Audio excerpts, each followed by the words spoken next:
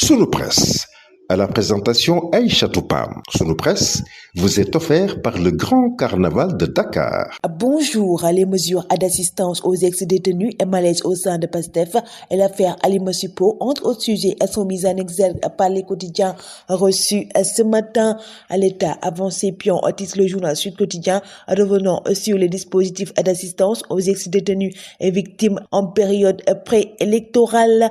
Le ministre de la Famille et des Solidarités, Maïmouna Dièye, annonce les propositions phares du comité interministériel ad hoc à 10 millions à chaque famille de personnes décédées, orphelins, mineurs admis au statut de pupille de la nation, enrôlement des familles dans les programmes sociaux. Lit-on dans le quotidien Vox Pop. Le journal revient également sur les 500 000 francs d'allocation forfaitaire à toutes les personnes figurant dans la base de données établie par la NSD. Le journal Le Quotidien abonde dans ce même siège et met à sa une l'État sort ses chèques parlant des indemnisations des victimes de 2021 et 2024, les 10 millions aux familles de chaque victime décédée, à leurs orphelins mineurs pupilles de la nation. Un malaise persistant, titre le journal Enquête, revenant sur PASTEF et les religieux. Le journal revient sur les propos de Birame Souleye Diop qui ravivent les crispations entre PASTEF et les salafistes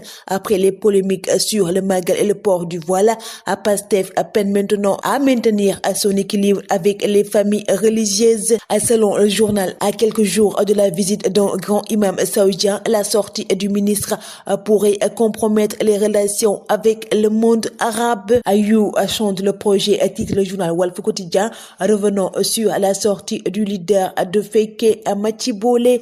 Le journal Tribune revient sur le sermon du porte-parole du Khalif Adelayen, revenant sur les temps durs et appelle les autorités à travailler davantage pour lui. L'unité et le travail doivent primer sur les discours stériles et les querelles politiques qui souvent divisent. Le journal Observateur s'intéresse au renvoi du procès de Ali Masipo au 5 février, au constant de l'absence des inspecteurs en pharmacie, et met à ça une lourde tension autour de l'affaire Ali Masipo et compagnie. La liberté provisoire refusée à Aliment malgré sa condition de mère allaitante.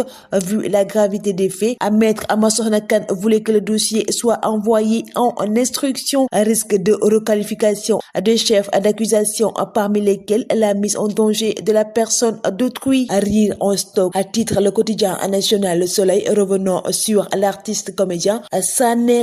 Ismaïla Sarr défie les Red Devils, lit-on en première page du journal Record, revenant sur le match en Premier League entre Manchester City et Crystal Palace.